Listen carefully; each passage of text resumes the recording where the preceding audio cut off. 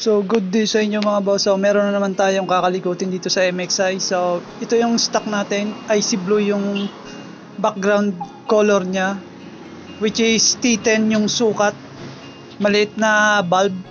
So sa pagtatanggal nito mga paps, unahin na natin tong front cowling. So may dalawang tornilyo dito, tanggalin lang natin yung magkabilaan para matanggal natin yung sa head cowling.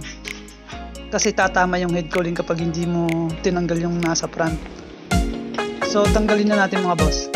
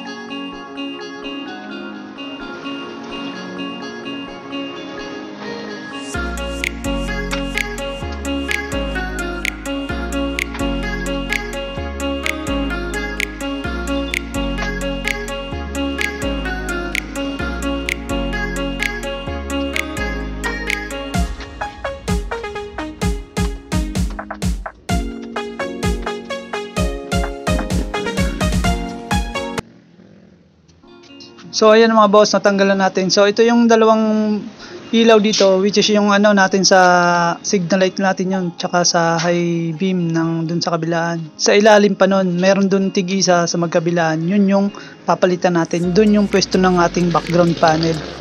So dito sa ilalim, masyado kasing maraming wire dito, kaya pwede naman natin to anuhin, sikwatin, or kahit na anong na flat screw. So ito yon, dito para yun sa itong dalawa. So ito yung background color dito sa panel natin. Sa ilalim to makukuha mga paps. So ito na yon, ito yung icy blue natin mga paps. Ito yung papalitan natin. So make sure sa pagpapalit niyan mga boss is tandaan nyo lang yung kung hindi umilaw sa pagkakasalpak nyo, baliktarin nyo na lang kasi wala naman yung polarity.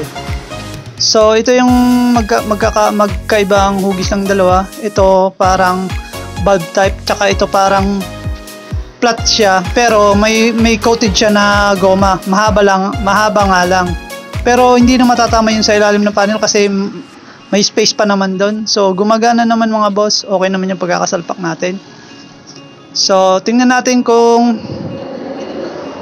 okay yung sa i-check natin yung mga wire dito, tapos ibabalik na natin dun sa ilalim. Pwede naman to para mas madali is tanggalin nyo yung buong pero sa akin hindi ko na tinanggal kasi maraming tatanggalin dito sa ko. So ayan ang mga boss, na ilagay ko na sa ilalim. So ayan na nga. So maganda naman yung combination pag blue and red, pero sa akin is gagawin ko is all red na lang para okay. May check engine yan boss kasi wala nga akong speedometer stopper na bali dun sa mags mismo. So ito yung background niya mga boss. Hindi pa umiilaw yung GPS sad ko kasi hindi pa nakasalpak. So nakabit ko naman mga boss. Ito na yung itsura niya. So ayan na mga boss. Diba? Napakaganda, napakaangas, parang nagbagay na dun sa natin sa red mags. So ayan, sinaksak ko na yung GPS sad natin mga boss. So tignan natin kung babagay itong white na na kulay, tsaka may icy blue na parang background ng GPS HUD. So ito, naglo-loading pa lang to mga boss kasi nasa loob tayo ng bahay, hindi pa niya masagap na yung satellite mismo, kaya ganon. Pero okay naman to kapag madilim na talaga, pag nasa highway ka na, kasi may ilaw kasi dito sa sa bahay, tsaka maliwanag pa kasi hapon pa lang. So ayan, ito yung tail light ko na red. So nagbi-blink yung voltmeter ko mga boss kasi nakasindi lahat yung mga ilaw kasi. Tapos hindi naka-switch on yung ignition. Naka-switch on lang yung ignition, hindi yung engine. So ayan lang mga boss. So maraming salamat. So bumagay naman sa GPS HUD natin tong red color background. So basic lang to mga boss. Alam kong kayang-kaya nyo na to. So ito na yung resulta. Maganda naman. So maraming salamat sa inyo mga boss. Subscribe na lang po.